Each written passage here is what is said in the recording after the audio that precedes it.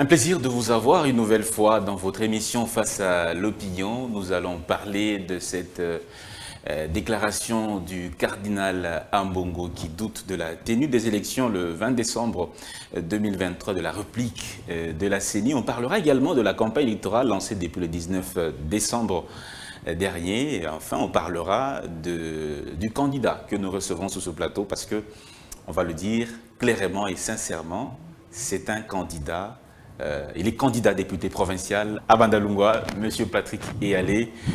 Un immense plaisir de vous avoir à nouveau sur ce plateau. Vous avez manqué à nos téléspectateurs. Comment allez-vous? Bon, je suis un peu grippé, mais j'ai tenu à, Oui. à répondre à l'invitation. Je vais bien, hormis ce petit pépin de santé, ça va, ça va. Je le constate que ça va très bien. Ça va. Il y a toujours de péripéties, il y a toujours de vicissitudes dans la vie, mais je pense que je ne suis pas le plus à plaindre.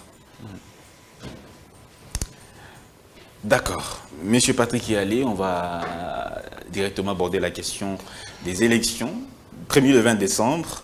Par cette déclaration qui a quand même fait bouche, beaucoup de réactions de part et d'autre sur les réseaux sociaux et même les médias traditionnels. Le chef de l'Église catholique doute de la tenue des élections et il craint même qu'il y ait désordre après l'organisation de ces élections le 20 décembre parce que les conditions de transparence ne sont pas totalement réunies. En tant que candidat, partie prenante à ces élections, que répondez-vous? Monsieur Ambongo, le cardinal, nous a habitués durant tout ce quinquennat à parler plus en tant que politique ayant des opinions. Pardon, on peut reprendre l'émission. Il y a quelque chose qui... D'accord. On peut reprendre, s'il te plaît. D'accord. On reprend. Ouais. Mesdames et messieurs, un plaisir immense de vous retrouver à nouveau dans votre émission Face à l'opinion. Eh bien, nous allons parler des élections de façon générale, mais on va aller plus particulièrement dans quelques thématiques. On va prendre la réaction de l'abbé, Monseigneur Ambongo, le cardinal, le chef de l'Église catholique, qui doute de la tenue des élections le 20 décembre conformément au calendrier électoral, parce que selon lui, la CENI n'a pas encore donné les conditions de transparence possibles et il craint même que s'il y a élection dans ces conditions-ci, qu'il y ait désordre après les élections. Un peu comme ce que l'avait dit l'abbé Donatien Cholet, qu'il craignait également qu'il y ait un courageux qui fasse un coup d'État si les élections ne sont pas bien organisées. Monsieur Patrick Eyalé, candidat à Bandal, il est sous la liste de l'AVC, du parti de monsieur le ministre Didier Boudimbo. Absolument. Un plaisir toujours de vous avoir sur ce plateau. Vous avez manqué à nos téléspectateurs qui aiment bien suivre votre verve intellectuelle, votre franc-parler. Bienvenue une nouvelle fois. Merci Dan. Le plaisir est toujours partagé lorsque je suis invité à Congo Buzz. Oui. Plus précisément, lorsque je suis en phase de fond. Merci beaucoup, monsieur Patrick Eyalé, candidat à Bandalungwa. Exactement. Processus électoral. Que réagissez-vous à cette déclaration du chef d'une institution, pas la moindre, en RDC, l'Église catholique? Comment vous comprenez cette déclaration de l'abbé, du Monseigneur Ambongo? Avant de reprendre sur cette réaction, toujours dans le même élan, et je pense dans le même chapitre, j'aimerais d'abord donner mon point de vue sur ce qu'a été la réaction du cardinal Ambongo sur les propos tenus par le ministre de l'Intérieur, M. Peter Kazadi. M. Ambongo, faisant suite aux déclarations de M. Peter Kazadi, a estimé que les propos tenus par ce dernier manquaient de tact et il a fustigé le manque de retenue. Dans sa formulation, il a dit, parlant d'une catégorie de la population congolaise, les gens de la rue. J'ai déjà des doutes que j'exprime et que j'ai longtemps exprimé vis-à-vis de la supposée neutralité, la supposée impartialité dont se prévaut l'Église catholique, mais pour ne pas faire offense à toute cette institution, je parlerai plus précisément de quelques dirigeants de cette Église catholique. Tenez, monsieur Dan, je comprends que les propos puissent indigner, mais nous assistons de façon, je dirais, systématique à une indignation à géométrie variable. Il n'y a pas si longtemps, un candidat au strapontin suprême s'est exprimé en ce sens en disant, parlant de ses adversaires, il les a traités des magorodos. Le même candidat a tenu une expression dans le Swahili qui, si je l'interprète en lingala ici, les téléspectateurs qui nous suivent seront incommodés. Moi, je ne connais pas le Swahili. L'interprétation de cette expression « bouchiche » veut dire en français « vous allez chier ». Si je tenais une émission en lingala, vous imaginez un peu que j'interprète cela en lingala. Ce même candidat a usé de discrimination, je dirais même de ségrégation, affirmant que les gens, article défini, d'un même village s'opposeraient à lui. Et dans la même formulation, il traitera ces gens du même village de talibans. Taliban a une définition, je dirais, selon celui qui l'emploie. Pour certains, ce sont des fervents supporters de M. Tshisekedi. Pour d'autres, Taliban est connecté à un village. Et ce village-là est le village dont appartiendrait le président de la République. Il y a eu de la part de ce candidat une succession d'indélicatesses. Mais ni le cardinal, ni Tcholé, personne ne s'en est indigné. Personne n'a estimé que ce candidat n'avait pas de retenue dans son expression. Personne d'entre eux. Mais, à chaque fois qu'il y a, je dirais, une indélicatesse de la part du pouvoir, aussi vite, si ce n'est pas le cardinal, c'est M. Tcholé qui monte au créneau. Alors qu'ils sont supposés faire preuve d'équidistance entre le pouvoir et l'opposition. Mais force est de constater que cette église qui devrait être au milieu du village semble se trouver au coin d'un village qui s'appellerait Kachobou. J'en veux pour preuve. Là, je vais maintenant répondre à votre question. La Senco pond des déclarations pour mettre en cause le processus. Ils sont reçus par la CENI.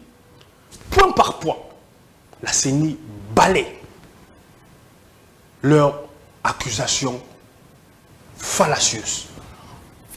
M. Tcholé, accompagné de M. Senga, sort de cette réunion sans qu'on leur brandisse l'arme. Ils disent que la CENI a rencontré les points soulevés par eux et qu'ils s'engageaient à accompagner la CENI, estimant que la CENI a fait preuve de bonne foi et que la CENI a rencontré les questions tendancieuses soulevées par eux. Mais comme ils sont dans une logique, comme ils sont, je dirais, tributaires d'une position politique,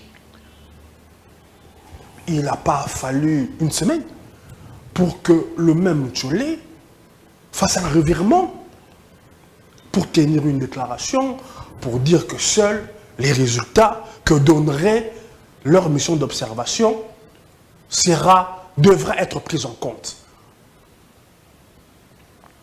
Si cette mission d'observation tenue par eux faisait état de neutralité. Ce qu'ils disent pouvait s'entendre. Mais quand l'on sait, quand l'opinion sait que vous avez, dès le début de ce mandat, décidé de vous ranger derrière l'opposition. Vous avez délaissé votre rôle d'arbitre. Vous avez délaissé votre rôle, je dirais, de père. Monsieur Patrick Yali, je comprends très très bien votre indignation. Non, ce n'est pas une indignation, c'est, je dirais, pour emprunter une expression qui sied à ce que l'on est en train de parler, c'est une sainte colère, c'est une saine colère vis-à-vis des personnes qui, vous ne semblez pas mesurer la grandeur et la gravité de propos tenus par cardinal Ambongo, appellent à la violence. On a déjà connu ça avec Il appelle à la violence. Oui, on a connu ça avec Tcholé qui a dit, et il s'est rebiffé quand il a dit un courageux. Monsieur Patrick Yali. Non, permettez-moi. Est-ce qu'il Permettez-moi, l'abbé Tcholé, c'est une suite logique. L'abbé Tcholé avait dit quoi? Qu'un courageux sortira du bois et prendra le pouvoir.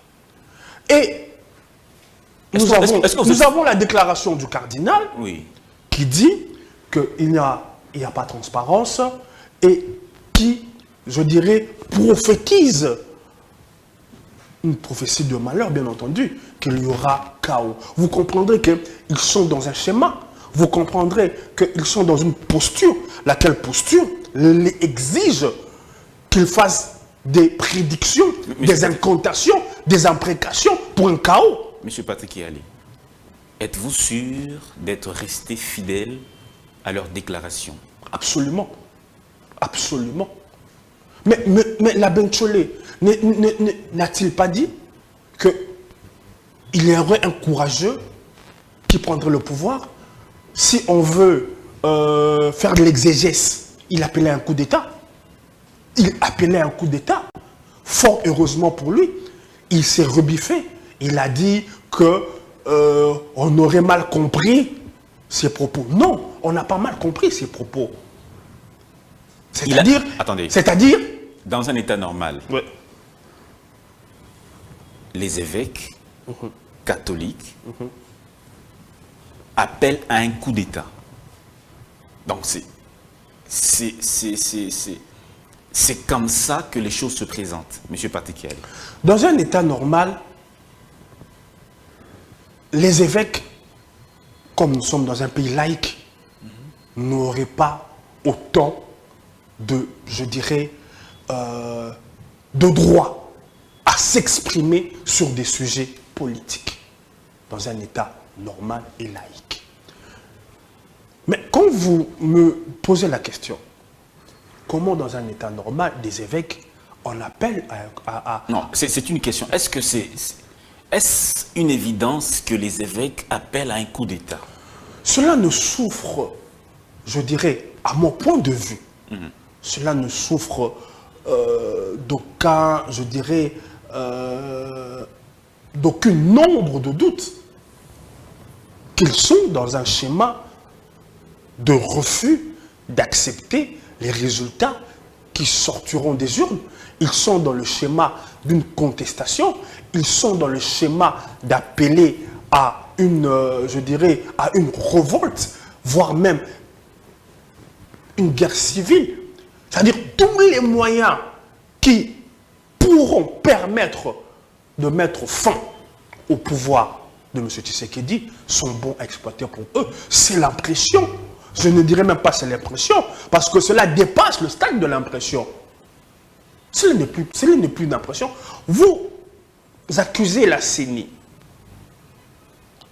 Vous listez vos points d'accusation. La CENI vous répond point par point. Vous faites une déclaration estimant que la CENI a rencontré les récriminations soulevées par vous. Mais qu'est-ce qui s'est passé dans l'entretemps pour que nous assistions aux déclarations successives qui contredisent les déclarations d'acceptation du processus qui allait, je dirais, de façon acceptable par la CENI. Quel est ce revirement? D'où ont-ils reçu des ordres? Ont-ils reçu des ordres?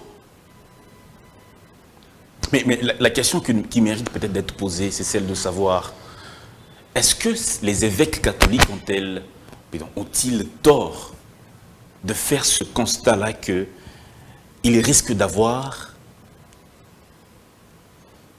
des ordres après élection? À ce stade, avec l'intelligence, avec la sagesse, qui sont les leurs, le discours ne devrait pas être celui-là.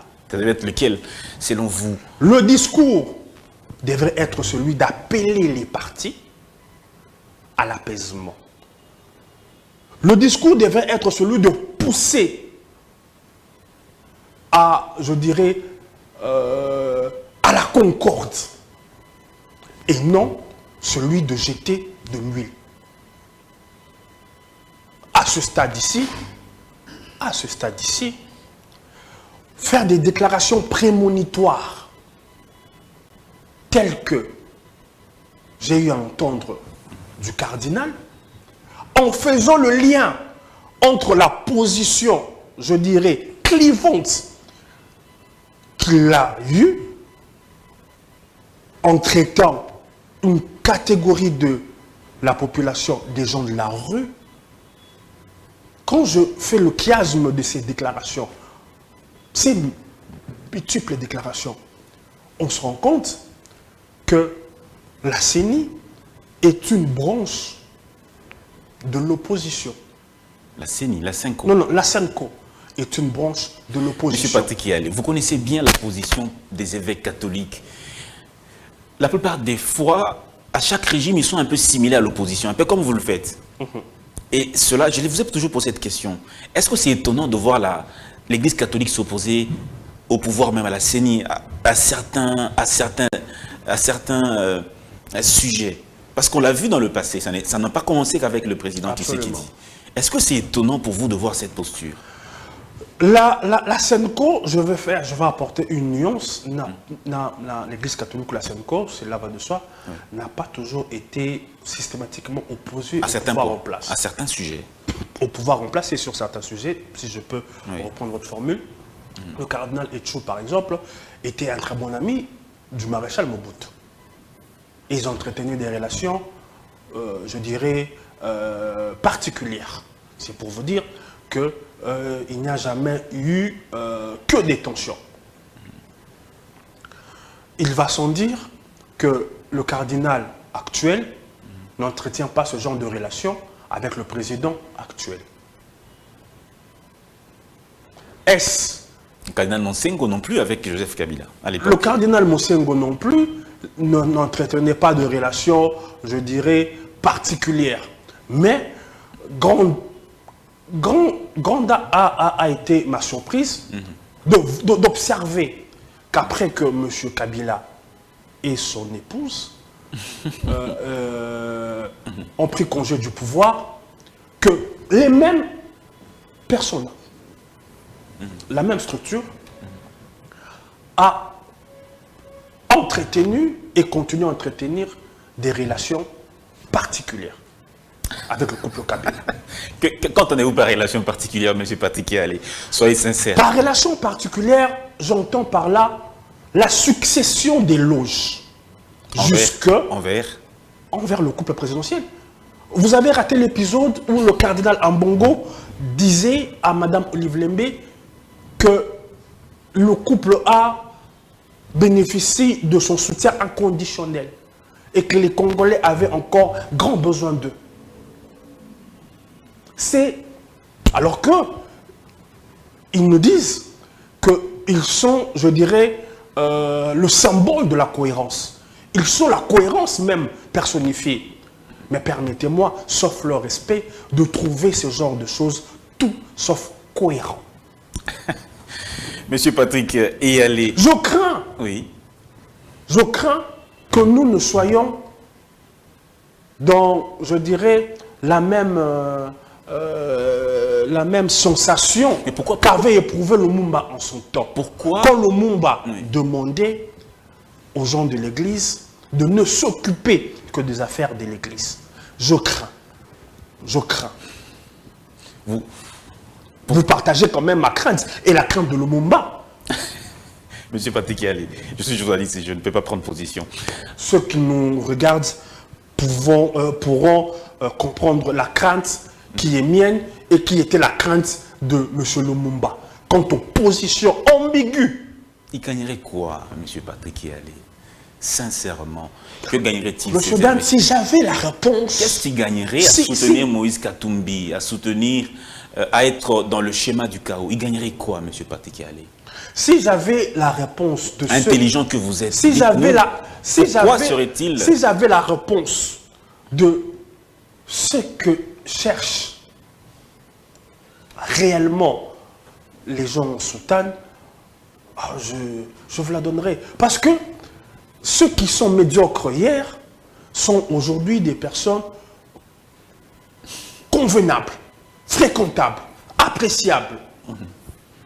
Mais vous ne pensez pas que ces genres de revirements peuvent ou doivent nous questionner? Comment expliquer, si je vais abonder dans votre sens, qu'à chaque fois qu'un candidat ou un Congolais prend le pouvoir, cette structure de la SEMCO multiplie, je dirais, des pots de banane. Qui ne nous dit pas que demain, si la personne dont la foi compte, vous vous souvenez de cet épisode? Moi, dans l'église où je prie, je suis chrétien protestant. Je ne vais pas le citer dans ce que je fais. De l'ECC? Non, je ne suis pas de l'ECC. Je suis de la communauté La Voix Divine. Notre pasteur, c'était le dimanche passé, a dit, après la prédication, qu'il ne serait pas demandé à l'église de voter pour X, Y frères de l'église. Parce qu'il estime que l'église doit conserver une neutralité. J'entretiens des rapports cordiaux avec mon pasteur. Mais il a dit qu'il ne peut pas, après la prédication, c'est le communiqué qu'il a passé, passer des messages aux membres, aux fidèles, pour dire il faut voter X, il faut voter Y. En fait, il n'a fait l'éloge d'aucun membre de l'Église. Alors que je ne suis pas le seul, je crois qu'on est 3 ou 4, 5 à être candidat. Mais quand vous voyez un cardinal faire l'éloge d'un fidèle au détriment des autres, qu'est-ce que c'est là à dire? Je ne dis pas, et je ne compare pas mon pasteur au cardinal, mais sur ce point-ci, j'aurais bien voulu que mon pasteur dise clairement, j'appelle les fidèles, j'appelle ceux qui me connaissent, à voter, M. Yali. Mais il s'est gardé de le faire. Il s'est gardé de dire tout le bien qu'il pensait de moi. Je pense qu'il pense du bien de moi. Mais il s'en est gardé. Mais on a vu, on a tous vu, le cardinal ne pas tarir d'éloges en la personne d'un candidat, jusqu'à dire que sa foi comptait. Alors, mais ces positions ambiguës nous posent nous questionnent. Ça nous questionne. Monsieur Patrick Yali, on va prendre une autre thématique. La thématique liée à la campagne électorale. Quelle est votre lecture depuis que vous la suivez, depuis qu'elle a commencé le 19 décembre? Commençons d'abord par cette déclaration que j'ai suivie, un peu répétée par certains candidats de l'étranger. Quelle compréhension avez-vous de ce concept? C'est un concept qui ne date pas d'aujourd'hui. Ça ne date pas d'aujourd'hui. Et c'est une réalité qui ne date pas d'aujourd'hui. En quoi c'est une réalité? Je vais vous expliquer. quand Kasavubu et Lumumba perdent le pouvoir, ce n'est pas le fait des Congolais. Ça n'a jamais été le fait des Congolais que Lumumba finisse liquidé au Katanga. C'est un plan conçu à l'étranger. Le plan d'élimination de Lumumba. Ce plan consistait à mettre d'autres dirigeants en lieu et place de Lumumba et de Kasavubu. Car ces deux ne correspondaient pas et ne répondaient pas à la volonté de l'étranger. Pour bien préciser l'étranger, généralement il s'agit des trois pays. Il s'agit des États-Unis, la France et de la Belgique, depuis l'époque de Lumumba. Ces trois pays se sont mis d'accord pour mettre un dirigeant. Lequel dirigeant, selon certaines sources, était même un ancien de la CIA. Ce dirigeant fera 3 décennies au pouvoir. Quand ce dirigeant-là n'obéissait plus au doigt et à la lettre,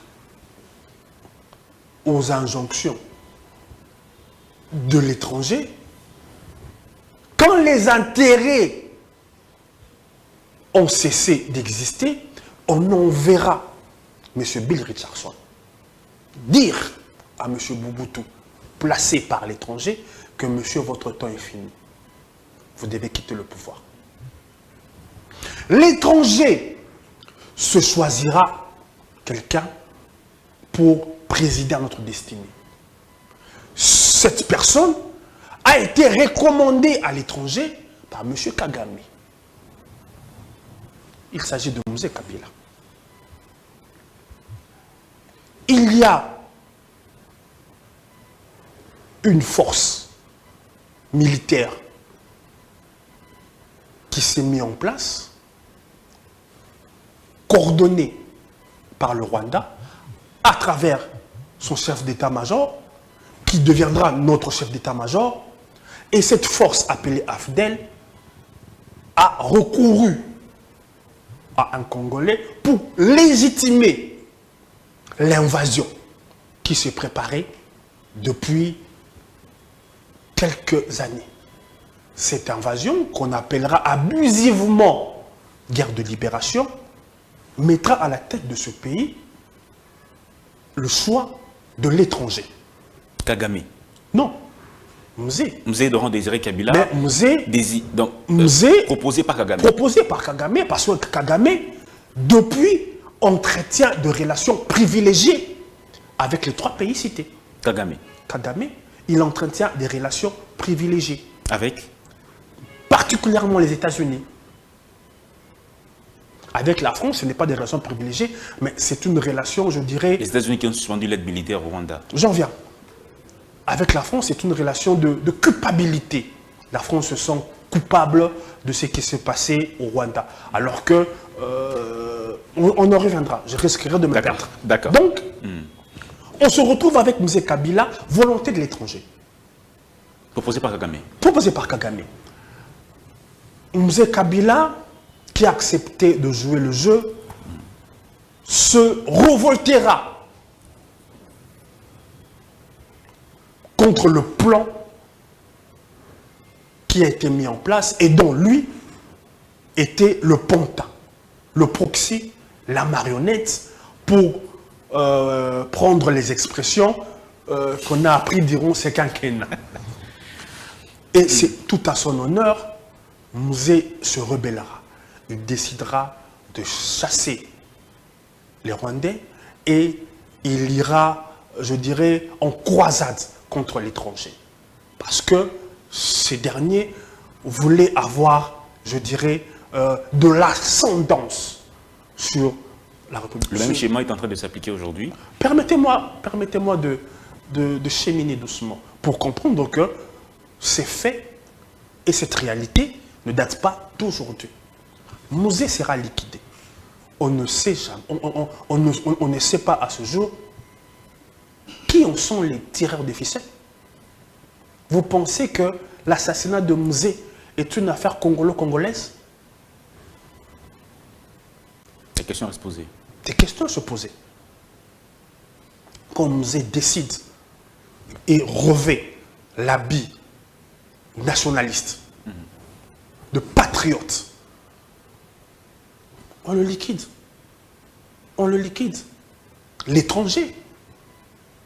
L'étranger est encore, comme à l'époque de Lumumba, mêlé à l'assassinat des Mouzé. On a à la tête de pays Joseph Kabila.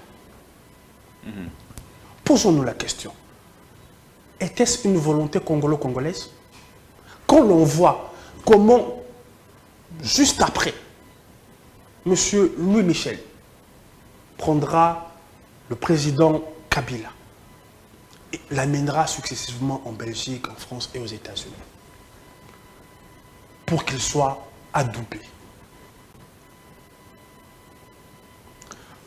Les premiers pas de M. Kabila étaient étroitement contrôlés, surveillés par Louis Michel, qui était, je dirais, le terme m'échappe, celui que les métropoles désignaient pour assurer la gestion. Le terme me reviendra peut-être. Joseph Kabila a ainsi cheminé comme ça pendant les premières années.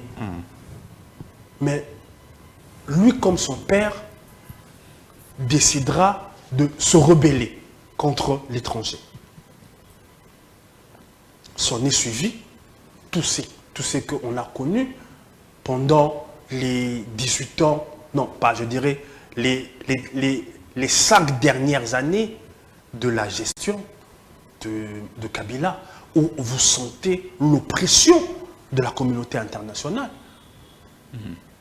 Et actuellement, vous pensez que les mêmes schémas... C'est pour vous dire Oui. que ce fait, que cette réalité n'est pas une fiction, n'est pas une lubie, ce n'est pas un mirage.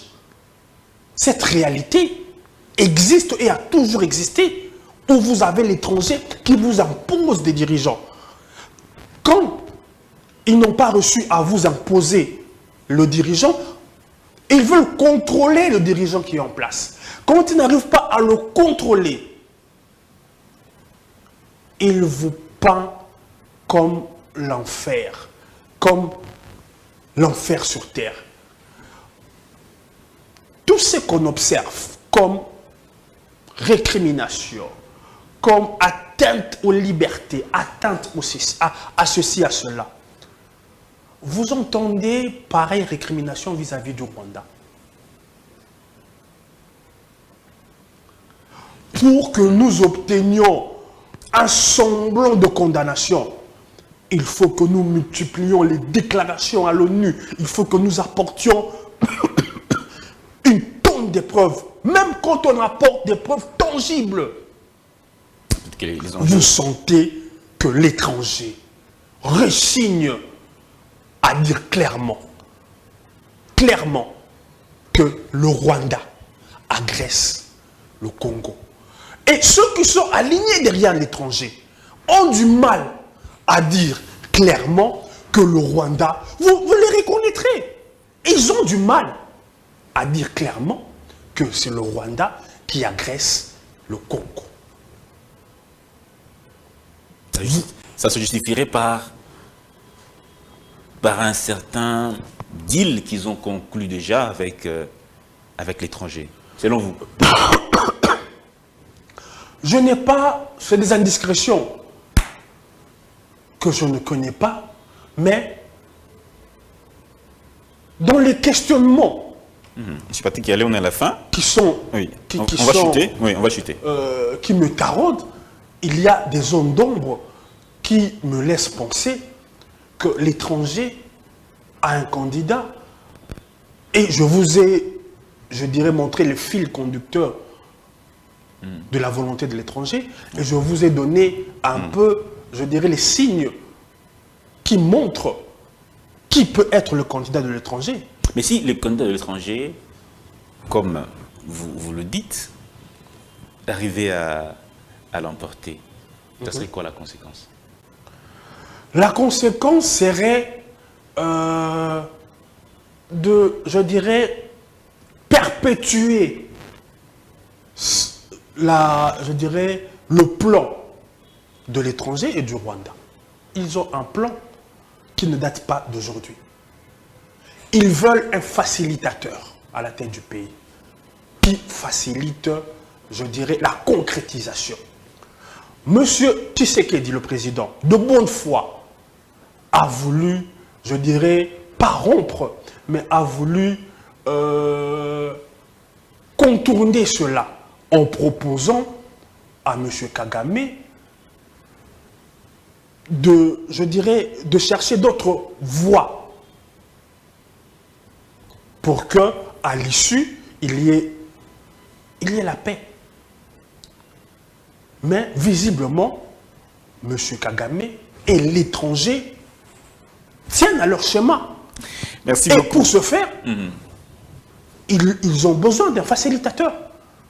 Ils ont besoin de quelqu'un qui permettra de faire asseoir ce qu'ils ont arrêté depuis je ne sais combien de lustres. Monsieur Patrick Keyalo est en train de terminer. Le temps file très très vite. On n'a pas vu l'heure passer. Et on a consommé une bonne quarantaine de minutes. Donc on va atterrir en douceur avec votre candidature à vous-même. Permettez-moi. Oui. Parfois, je m'oublie. Je peux m'oublier. ce n'est pas grave. J'aimerais dire encore quelques mots sur l'élection au niveau présidentiel. On observe un débat, je dirais, au ras de pâquerette. C'est-à-dire? Des sujets qui sont lancés dans ce débat sont des sujets qui ne sont pas à la hauteur des enjeux. Quand quelqu'un dit « moi président, il n'y aura pas de première dame », qu'est-ce qu'est le fait de ne pas avoir de première dame par rapport à la situation, par rapport aux défis qu'attend le Congo? Qu'est-ce que cela représente? Un candidat qui veut prendre les rênes du pays a comme projet des sociétés de supprimer, je dirais, le rôle de la première dame. Un candidat qui dit « moi président, je ne percevrai pas de salaire ». Mais c'est une fumisterie. Parce que le salaire d'un président, il ne peut pas être pris de façon aussi simpliste, parce qu'en réalité, le président n'est pas compté comme un individu. C'est une institution, l'institution président. Et l'institution a une dotation. Et le salaire n'est qu'infiniment petit de la dotation de l'institution président. Ce n'est pas Monsieur X en tant qu'individu qui perçoit un salaire et c'est fini. Les dépenses sont liées à l'institution. Et dans cette institution, il y a plusieurs rubriques. Dire que vous ne percevrez pas votre salaire, c'est de la poudre de perlimpinpin. Monsieur Patrick Keyalo, permettez-moi. Je peux même ne pas parler de moi, mais permettez-moi que je termine sur ce bric-à-brac que l'on observe dans les déclarations des personnes qui souhaitent prendre la destinée de ce pays, mais qui mettent sur la table des sujets aussi risibles. Je ne percevrai plus de salaire, il n'y aura plus de première dame, il n'y aura plus de maison civile. C'est vraiment cela l'enjeu? C'est vraiment cela l'enjeu? Aucun mot sur la guerre d'agression. Aucun mot sur les agresseurs. Il a dit qu'il va mettre fin à la guerre en 6 mois. Il a dit. Je parle des agresseurs. Encore que. Prétendre qu'il mettra fin à cette guerre en 6 mois, c'est encore, je dirais, de la fumisterie. Pour mettre fin à quelque chose, il faut d'abord poser le bon diagnostic. Mais il dit que les militaires, c'est dû essentiellement à la motivation. Les militaires ne sont pas suffisamment motivés, qu'il va quadrupler les salaires des militaires, il va les soutenir suffisamment, il va même aussi aller s'installer à Goma pour bien coordonner ses actions militaires. Il est félicité parce qu'il est en train de faire plus de promesses en un laps de temps que celui qu'il qualifie de Monsieur Promesse. Encore qu'il traîne derrière lui des promesses non réalisées quand il fut gouverneur. Donc, acte. Oui, concluons. Je parlais du diagnostic. Concluons. Je parlais du diagnostic. Oui. Cette guerre a plusieurs dimensions. Et la guerre a plusieurs, je dirais, compartiments. Aujourd'hui, quand vous avez la situation que l'on a, il y a ce qu'on appelle la guerre médiatique. Vous voyez ce qui se passe entre l'Israël et le Hamas. Vous voyez de vos yeux comment se déroule cette guerre médiatique. Comment remporter cette guerre classique quand on ne sait pas mettre en avant les atouts pour que l'on remporte cette guerre médiatique.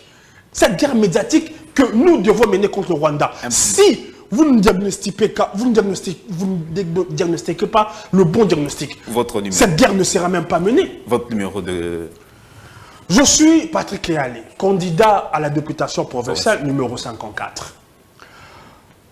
Je me suis porté essentiellement candidat parce que j'estime que j'ai une certaine compétence. J'ai un profil.